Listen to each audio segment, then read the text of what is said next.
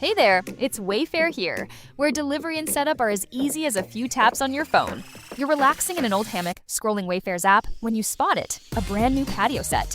Next thing you know, Wayfair delivers it right to your patio and sets it up. Oh, you need a new grill too? All right, Wayfair's got you covered. With Wayfair's Room of Choice delivery and fast expert setup on qualifying orders, life gets a little easier. Visit wayfair.com or the Wayfair app. Wayfair, every style, every home. Marketing is hard. But I'll tell you a little secret. It doesn't have to be. Let me point something out.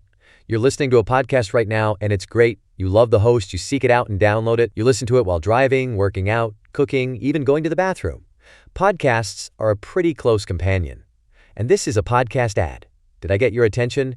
You can reach great listeners like yourself with podcast advertising from Libsyn Ads. Choose from hundreds of top podcasts offering host endorsements, or run a pre-produced ad like this one across thousands of shows to reach your target audience in their favorite podcasts with Libsyn Ads. Go to libsynads.com, that's Libsyn, ads.com today. How would you like a 15% discount to my daily email, the stack of stuff, the show notes, discounts to the conference, all of that? All you need to do is text the word SHOW to 33777. You'll get the annual subscription with a 15% discount to my daily email. You'll get the stack of stuff, the links to the show notes, discounts to the conference, and so much more. All you have to do is text the word SHOW, S-H-O-W, to 33777. Text SHOW to 33777.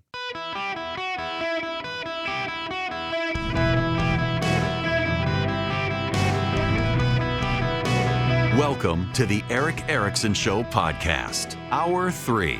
Hello, America. It is Eric Erickson here, and I am delighted to have you with me. The phone number is 877-973-7425. Should you wish to be on the program, you can text Eric, E-R-I-C-K, to 33777. And get all the stuff you need to get for the show, for social media, everywhere to follow me around the internet. You can be one of my internet stalkers if you want. There's some news I need to bring you up to speed on. The White House is suggesting now that Saudi Arabia and Kuwait are allowing them to use military bases again, they may resume Project Freedom of escorting ships through the Strait of Hormuz. The Iranians have fired on a Chinese supertanker. And the Iranians seem like they are going to reject the American plan and American offer. So the president may resume bombings. We will see. This is Mike Waltz, who is the U.S. ambassador to the United Nations. He used to be the president's national security advisor. The problem is, well, of course, the internet decides to go wonky all of a sudden the moment I play the file. Problem is, just this week, Iran's own state media announced that the regime has launched what it calls the Persian Gulf Straits Authority, where it seeks to demand that all ship captains from international shipping, commercial shipping, civilian shipping, basically have to check in and pay a bribe, pay a toll in order to use these international waterways. So that doesn't just affect this region. It affects the entire world. Imagine if we had countries, regardless of the conflict, regardless of what you think about the conflict or who started what. Imagine if you had two countries, hypothetically, like Spain and Morocco, have some type of dispute and then throw sea mines into the Straits of Gibraltar and then start trying to charge shipping to pass through the Straits of Gibraltar in a cynical bid for leverage with the other side. Collective punishment of the entire world to try to resolve some type of dispute. It's unacceptable, it's immoral, and it's illegal in international law. So look, this should be a simple demand: the removal of mines from an international waterway, that you cannot exact illegal tolls. We have to address these violations here in the council. And we have to ask ourselves, if a country chooses to oppose such a simple proposition, do they really want peace? As energy and food costs rise for the world's peoples, and if aid fails to reach the very people that the countries in the Council claim to care about, what does that really say for the UN? What does that say for these countries abiding by international law? And also, what does it say and the choices they're making? That's Mike Waltz, UN ambassador for the United States, about Iran, and we will see where this plays out. The president may just resume bombings. The UAE and Saudi Arabia and Israel are pressuring the president hard to just start bombing Iran again. I want to move into redistricting, and I just got an email from Linda out in Oklahoma, and it's the perfect way to start the redistricting conversation. As I mentioned, Republicans are simply not turning out right now. Let me read you the email. This has come up in Oklahoma. Several people and family members have expressed that as long as the SAVE Act is not passed, they will no longer vote. I have to say I agree. Since 85% of all people are for it and Congress can't pass it, well, that tells us all we need to know. This, Linda, and those of you who believe I'm not going to go vote because the SAVE Act won't pass, this is suicidal for the Republican Party. The Republicans can't get Republicans in the Senate to pass it. And part of my problem here is let me just be blunt with you. You people have been played by a bunch of conservative activists and grifter class and some members of Congress. Do you know why the SAVE Act cannot actually pass the Senate? And by the way, I support the SAVE Act, but I know that the SAVE Act was written extremely broadly. It was written in a way to be provocative. The SAVE Act was actually written in a way to be divisive. The Democrats say when they last held Congress that they wanted to pass nonpartisan redistricting, and Republicans rejected it. And you know what? The Democrats did want to pass nonpartisan redistricting that banned gerrymandering. But you know what the legislation also wanted to do? It also wanted to fund campaigns with federal tax dollars. It also had a bunch of procedural advantages for the Democrats. It also allowed same-day voter registration that Republicans opposed. So, yeah, it did nonpartisan gerrymandering, nonpartisan redistricting, and prohibited gerrymandering, but it did a bunch of other terrible things. The SAVE Act is actually overbroad. It doesn't just deal with photo ID, which every Republican supports. It has a citizenship requirement in it that is poorly defined and drafted such that some people have interpreted it as you would have to redo your voter registration because it doesn't grandfather in your voter registration, and you would have to show up with your birth certificate or your passport to be able to register to vote. And there were a lot of Republicans who were like, we're not going to do this in an election year because it would hurt everybody. And if you've decided not to go vote because the SAVE Act won't pass, 85% of Americans don't know what the SAVE Act is.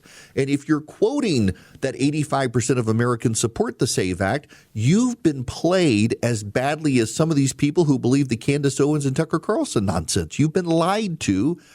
And you believe the lie. And I mean this lovingly, too. I'm not trying to insult you, Lyndon, and those in your family. 85% of Americans don't even know what's in the SAVE Act. The polling that says 85% of Americans do this, it's online Republican conservative activist polling. It's not actually calling people and asking what they think. It's an online poll of conservative activists. 85% of conservative activists support the SAVE Act. I support the SAVE Act. But it's not going to pass because it's overbroad and lacks Republican support in the Senate. And the way that our republic works, not our democracy, but our republic, is you got to have 60 votes in the Senate to end the filibuster. And even the supporters of the SAVE Act in Washington have started to realize we can't kill the filibuster for the SAVE Act. We should try old-fashioned maneuvering in the Senate. But the Republicans have stopped support of the SAVE Act and stopped the vote of the SAVE Act because they only got 48 Republicans to support it the other day. Only 48 Republicans supported it. The Republicans who are opposed to it, you know why they're opposed to it? The citizenship language. They think it needs to be removed or rewritten. And the supporters of the SAVE Act don't want to do that.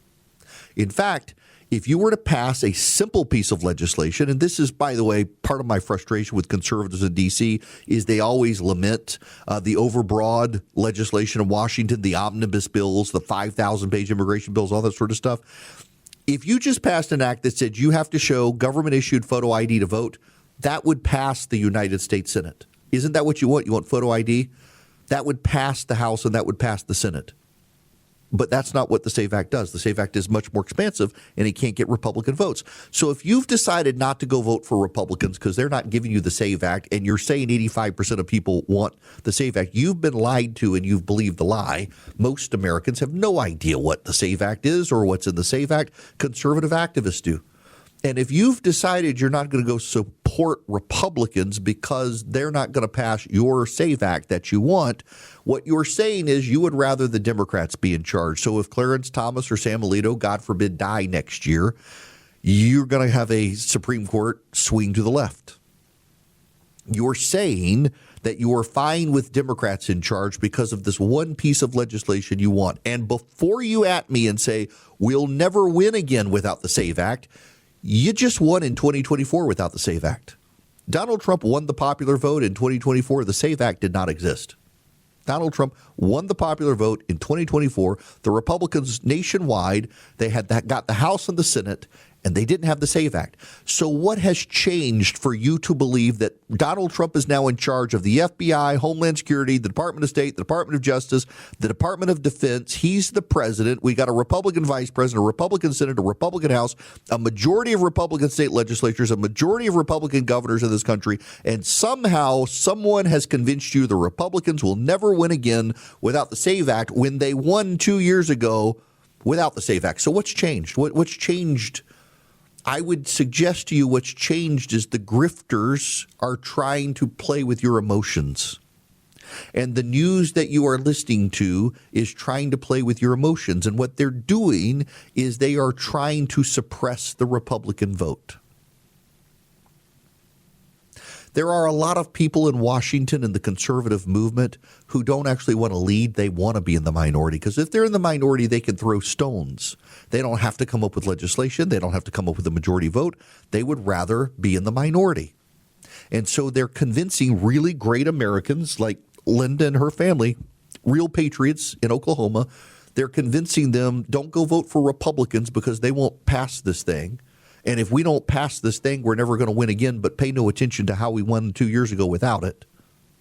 The Republicans are making huge gains in redistricting thanks to a Supreme Court that if you don't go vote and the Democrats take the Senate, well, you may lose your majority Supreme Court because the conservative grifting class in Washington, D.C. has convinced you through emotional manipulation that we're going to lose unless this one thing passes. They always believe, just like the progressives do, that there's a silver bullet.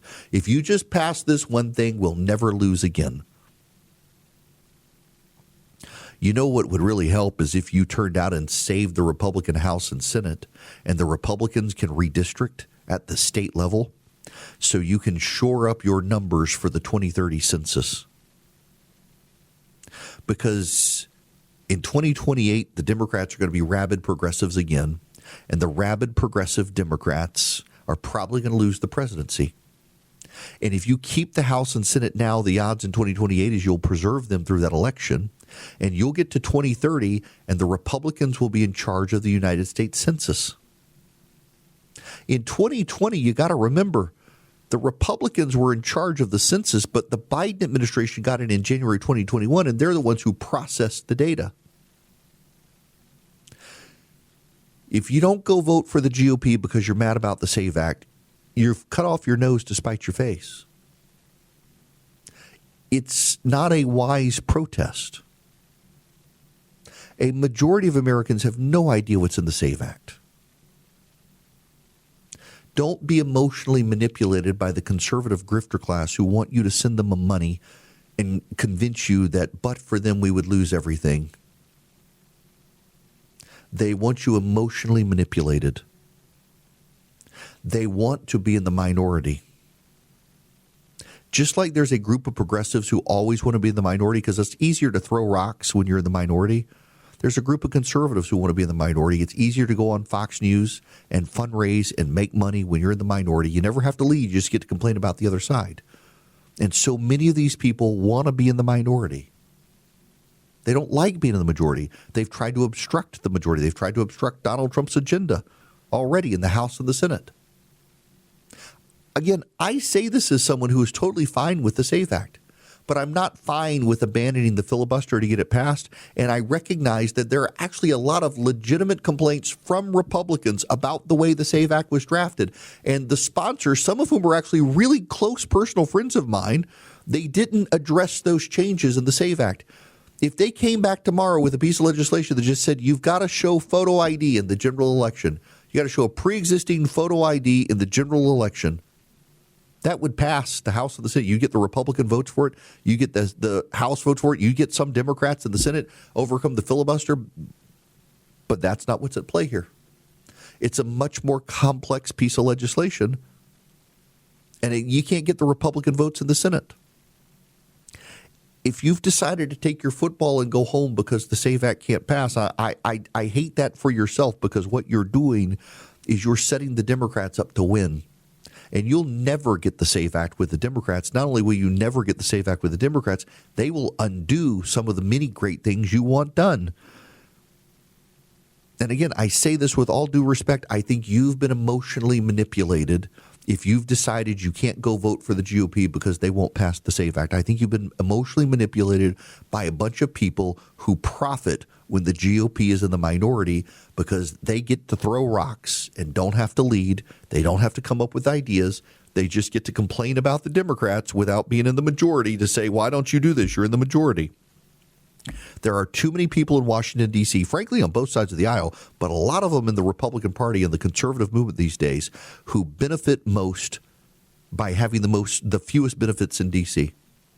You get into the minority, you throw the rocks, you send the fundraising with your clips, and you hope people don't realize they've been emotionally manipulated. Coming up, the Attorney General of Alabama is going to join me to talk about redistricting fights around the country, in particular Alabama. A lot of reporters are now starting to look and say, if the Virginia Supreme Court throws out the Virginia redistricting, which a growing number of Democrats and Republicans think might happen, the Republicans actually are going to have a great chance at maybe barely losing the House, but still lose the House. They might be able to mitigate it somewhat. Looking at the numbers, the GOP has not been winning the fight. If Virginia goes down, and it might actually happen, if Virginia goes down, if that's the case, well, the Republicans could actually pick up 9 to 11 seats, and right now they're projected to lose 15 seats, giving the Democrats a House majority. That could really be mitigated, and particularly as the Democrats just keep going further left. I had this conversation yesterday in Springfield, that the Democratic Party should be on the verge of winning, but as they go more and more hardcore left, they're losing more and more voters who just are reminded how much they do not trust or like the Democratic Party. They may not like Trump, but they really hate the Democrats. It's a wild thing to watch the Democrats destruct like that. And we'll see if Republicans actually show up and vote. Well, show up at perfectlysnug.com/Eric and save $280 on one of their great mattress toppers. They are phenomenal, y'all. They're like an air conditioner for your bed. They can cool you down. They can heat you up. I missed mine greatly in my hotel room last night because it got hot. It was really cold outside, and it was then hard to get the room cooled down. And had I had my Perfectly Snug mattress topper, I wouldn't have had to worry about it. You can actually see the fitted sheet on top of it inflate. It pours so much cold air in. It uses very quiet fans. It's very, very quiet. It can also heat up. Feels great on your back when it heats up. Perfectlysnug.com/Eric. Perfectlysnug.com/ERICK. You can use your phone to control it, to turn it on and off. It's got Wi-Fi. You can set it to adjust throughout the night to keep you as comfortable as you want to be done. So, for example, I've got mine set in the mornings. It really warms up. So it helps wake me up, and I love that feature. I love the Perfectly Snug mattress topper. It's very comfortable. You get a great night's sleep. Works on top of any mattress. It's got 2 zones. You and your spouse can have hot and cold depending on your nature. perfectlysnug.com/Eric. perfectlysnug.com/ERICK. Save $280. It's a great deal. It's fantastically built. You'll love it. perfectlysnug.com/Eric. Ryan Reynolds here from Mint Mobile with a message for everyone paying big wireless way too much. Please, for the love of everything good in this world, stop. With Mint, you can get premium wireless for just $15 a month. Of course, if you enjoy overpaying, no judgments, but that's weird. Okay, one judgment. Anyway, give it a try at mintmobile.com/switch. Upfront payment of $45 for 3-month plan, equivalent to $15 per month required. Intro rate first 3 months only, then full price plan options available. Taxes and fees extra. See full terms at mintmobile.com. Welcome back across America. It's Eric Erickson. There's some breaking news just hit the wires. Former President Barack Obama has just endorsed the two supposedly nonpartisan progressives running for the Georgia Supreme Court, Jen Jordan and Miracle Rankin. That's right. The former Democratic president is endorsing judges who are supposed to be nonpartisan. They're being funded by the Democratic Party. In Georgia, Republicans are not showing up to vote. This is the general election for judges in Georgia. Barack Obama and the Democrats are trying to steal the Georgia Supreme Court. And, well, the Republicans are letting them do it because the Republicans aren't turning out. Next door to Georgia is Alabama. And they're in a redistricting fight in large part because the federal courts have just been dragging their feet on stuff. Last Friday, I interviewed Chris Carr, Georgia's attorney general. He's running for governor. He's a friend of mine. And before we got on air, he was singing the praises of Alabama's attorney general, telling me how smart the guy was, how good the guy was, how conservative the guy was. I mean, it's rare to hear a politician running for office say as many nice things about another politician as Chris was saying about Steve Marshall, the attorney general in Alabama, but he was. And coincidentally, Steve Marshall's joining me by phone. Attorney General, how are you? I'm doing well. Hey, that's scary when a bulldog's saying something good about somebody with a script A on his hat. But Chris is kind and very much appreciate that. Y'all been blessed to have him as your AG. Well, you know, if you take the mullet off your A, you can just be a Braves fan. Oh, I will. That's hit hard already. I'm glad I joined this interview.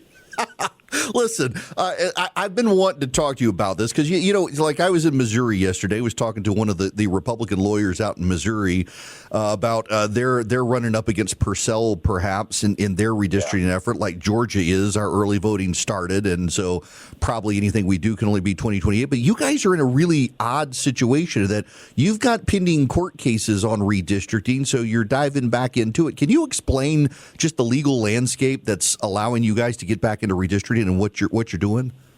Yeah, we had this similar Section 2 challenge from groups like the SPLC and others for our maps from the beginning of this decade, and we've been in litigation now for the last several years. And our case is likewise pending at the Supreme Court as the Calais decision was. And once we saw Justice Alito bring sanity, by the way, to now the Section 2 analysis for us evaluating these cases moving forward, you know, we want to be treated the same way as Louisiana was. We had a 3-judge panel that required us to draw a map that we believe is now completely violative of what the Supreme Court has established as the standard. And candidly, Alabama wants to be treated the same as Virginia, California, Texas, New York, and allow our legislature to be able to draw districts consistent with the principles of the people they represent.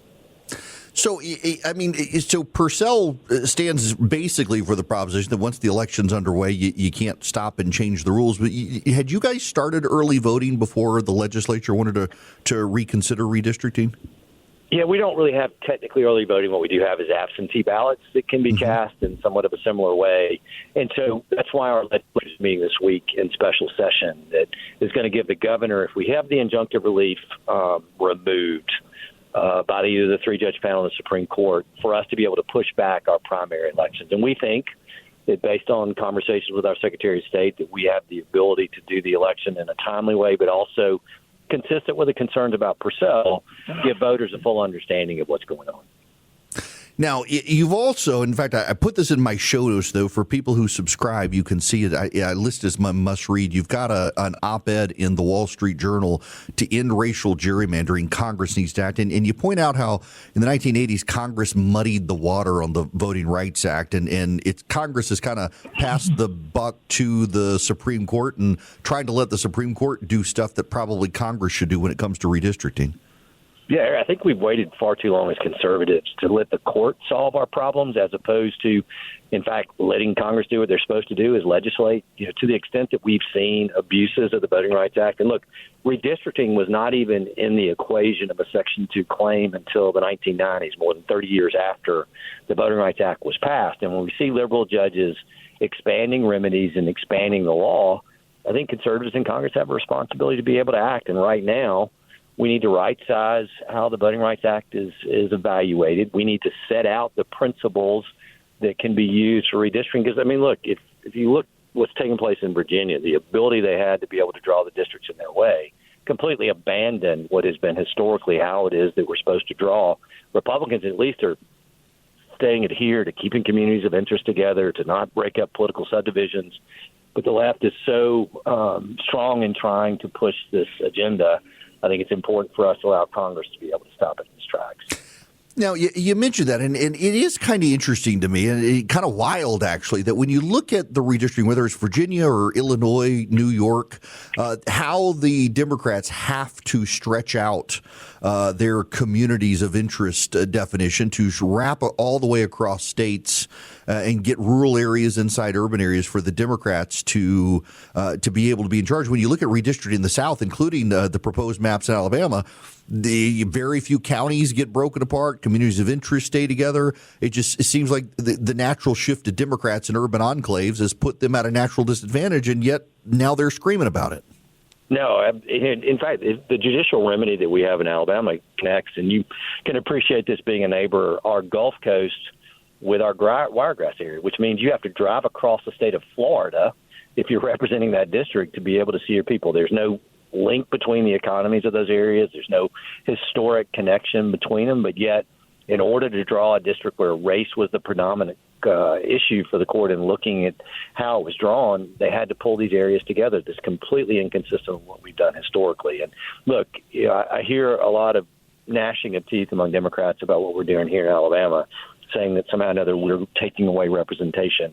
You don't hear the same argument being made in New England when they have a greater percentage of Republican voters there than we do in Democratic voters, but yet there's not a single Republican representing the state of Maine in Congress or Rhode Island or any of those contiguous states. We want to be treated the same. And you know this as well, that the South of 2026 is not the South of the 1960s. And I was appreciative of Judge Kavanaugh last cycle, in our case, acknowledging at some point this sort of differential treatment needs to end. I think Calais has now said we're now at that point. Yeah, and for people to understand, so I'm on the radio in a number of places in Alabama, including in the Mobile area and in Dothan, and like the 1st and 2nd congressional districts, they go from Mississippi to Georgia across the entire state. Like, I mean, Foley and Gulf Shores and Mobile really don't have a lot in common with Eufaula and Dothan, and yet they're, because of the judicially imposed map, that they're all in the same congressional district. Yeah, which makes no sense. I mean, look, I'm literally driving the rural Alabama roads right now and went through a peanut-shaped traffic circle. And for those that don't know, peanuts are a big part of the Wiregrass region near Dothan. There's no connection with that, with the Gulf Coast. It's different economies, a different subset of kind of who we are in Alabama, but yet we draw a district that connects those two that takes hours to be able to cross because somehow we're trying to get a remedy that now Section 2 won't allow. Yeah, the judicial map there just genuinely doesn't make any sense to me other than a 3-judge panel did it. So, I mean, best of luck to you. What do you hope the Supreme Court resolution will be, and how soon do you expect you might get an answer? Yeah, I mean, time is clearly the issue here. We need to be able to have the injunctive relief removed so that the governor will be able to act based on the authority that I think she'll be given this week.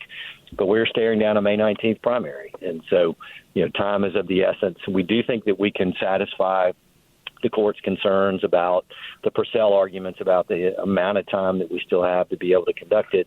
And if we're able to get that injunction removed, then obviously we'll still litigate it, but I think that we can prevail. Well, good luck to you. And good luck to your political endeavors as well over there. I mean, having a bulldog like Chris Carr say nice things about somebody from Alabama is always impressive in and of itself. Yeah, I'll take it where I can get it. No, but you've been great to have me. Thank you.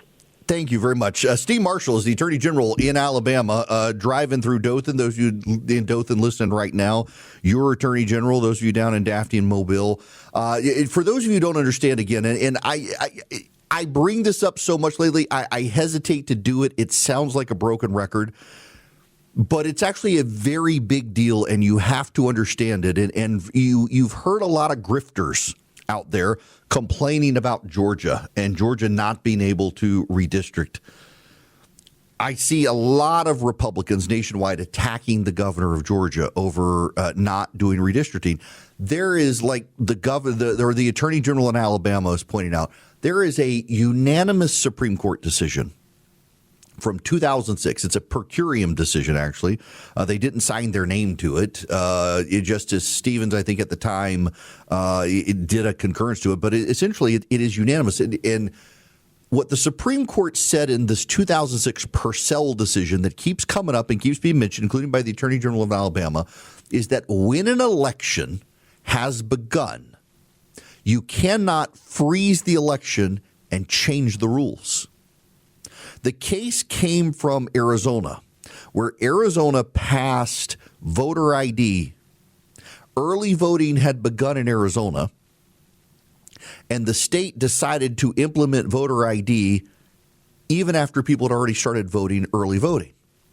And the Supreme Court said you can't do that. You can do voter ID, but you can't change the rules in the middle of the election. So part of the nebulosity of Purcell is, does it apply to absentee ballots or just to early voting? It doesn't matter in Georgia because in Georgia, early voting began. Alabama doesn't have early voting the way Georgia does. And that's their workaround to the Purcell decision. Even though absentee ballots are out, there's no same-day early voting like there is in Georgia. In Georgia, it mirrored the Alabama situation. That's why you can't do redistricting in Georgia right now, because in Georgia, early voting started before the Calais decision, and there was not a pending court case about Georgia's congressional districts. South Carolina can do early voting or can do redistricting because their primaries in June, they haven't started early voting yet. So most lawyers say under the Purcell decision, since early voting hasn't started, South Carolina can give it a shot. Mississippi is trying to do redistricting, but Mississippi's primaries have already happened. The candidates have already been selected for the general election, so most Republican lawyers are privately whispering that Mississippi's redistricting is going to be halted until 2028. They're not going to actually be able to do it for 2026 because the general election has technically begun, and the candidates have been selected. You would have to redo a primary, and they don't think the courts are going to allow it. Alabama's redistricting deadline is coming up quick, and they need the Supreme Court to act. And we get a sense from Justice Alito and his decision to go on and speed up the Louisiana case that the progressives on the Supreme Court are dragging their feet. That the progressives on the U.S. Supreme Court, apparently, based on what the rumor is of the Supreme Court and Justice Alito's footnote in his secondary decision on Calais. So Calais came out and said Louisiana's districts are unconstitutional. Normally, the Supreme Court waits 35 days to make it official. Louisiana petitioned and said, hey, this case has been pending for like 3 years. We've got an election coming up. Can you expedite it? And 8-1, the Supreme Court said, we'll expedite it. Go on and redraw your districts. And Alito put in a footnote and said, basically, they had this decision ready to go a long time ago. And the suspicion is confirmed that the progressives on the court, led by Atlantic Hagan, tried to slow down their dissent to drag out the clock so Louisiana would miss the opportunity to redistrict, and they lost. They may be trying to slow it down in Alabama so that the Alabama Republicans can't do it. If so, they would be able to redistrict into 2028, just like Georgia. But that Purcell decision is coming up. Y'all, I was in Missouri yesterday. Came up with a Republican lawyer there. That the Purcell decision, the grassroots don't understand it. The grifters don't want you to know about it, but it is a very big deal. You are not allowed to change the rules of an election in the United States once the early voting has begun. Now, what the grifters will say is, well, Erickson, you're wrong because in 2020 in Georgia, they suspended the presidential primary even though early voting had begun. Yes, they did. So how does that not fail Purcell? Two reasons. One, there was a nationally and state declared emergency. And two, nobody changed the rules of the election. They changed the date of the election. The date of the election is not a rule of the election. The date of the election is the date through which the rules are carried forward. So no election rules were changed. They postponed the date of the election because of a national emergency, COVID. Whether you think it was an emergency or not, Donald Trump declared one. But they didn't change the rules. So all the votes that had been cast were preserved. They didn't throw out those votes and make people redo it. If you were to change the election districts in Georgia in the middle of early voting, you'd have to throw out everybody's vote because some people would be in new congressional districts. That's why. You know, there are answers to these things, and the grifters just want you emotionally agitated, and they want you to be a victim, so you send them money. The grifters are preying on your emotions, and they're not telling you the truth. My job is to tell you the truth, whether you want to know the truth or not. Whether you believe me or not, I am telling you the truth. Not only that, I actually practiced this area of law when I was a lawyer. I actually do know this area of law, and I'm telling you, Georgia can't do it. Mississippi can't do it for 2026. Alabama is running up against the clock to do it in 26. Florida, South Carolina, Tennessee, Louisiana, they get to do it. And it's bad news for the Democrats because they're just going to keep losing seats all the way into 2028. Ladies and gentlemen, I would like to make a suggestion. If Ted Cruz ever decides to get out of the Senate, he could go into stand-up comedy. It wasn't too long ago when people knew the answer to what is a woman. That didn't used to be a trick question. Like for thousands and thousands of years, you could come up to a caveman and say, "Excuse me, sir, do you know what a woman is?" The answer would be, yep, sure do. There's one right there. Yeah, that's a woman. And every time a Democrat claims they don't know, they're lying. All right, I'm going to prove to you right now that Joe Biden knows what a woman is. Okay, I have been in the Senate 14 years. In the entire time I've been in the Senate, never once has Joe Biden come up and sniffed Chuck Schumer's hair. He knows. And you know what? I am even more certain Bill Clinton knows what a woman is. No doubt whatsoever he knows. I think that's a very fair point, Senator Cruz. You're absolutely right. Joe Biden never sniffed the hair of any man in the United States Senate. And, well, Bill Clinton, well, Bill Clinton didn't do anything with men that he did with women, including with the cigars, those poor cigars. Well done, Ted Cruz. Well done. You got a future in comedy. All right, we got to move on. But first, I need to tell you about Incogni. I guess this is the end of the show today, isn't it? Wow. Time flies when you're having fun and you're absolutely exhausted after being in Missouri. Thank you guys again in Missouri for a great time yesterday. Let me tell you all about Incogni, though, before I get out of here, because I just literally in the show had a telemarketer call and I had to catch it because they called twice. And I've already flagged it for Incogni, incogni.com/Eric. If you go to Incogni, they can protect you from these sorts of annoying telemarketer phone calls. They get the data brokers who sell your information online to take your information down. Incogni.com/Eric, incogni.com/ERICK. You can save up to 60%. They have now taken my information off over 340 data broker websites. And here's what sets them apart from other groups that promise to do the same thing. They actively follow up. Some of the sites that took down my information put it back up weeks later. Incogni found them and sent them an even more stern demand to delete my information. And they have learn their lesson. Incogni can help you minimize spam calls, telemarketer calls, email spam, credit card solicitations, the mail you never asked for. Incogni, Incogni, Incogni.com/Eric, Incogni.com/Eric.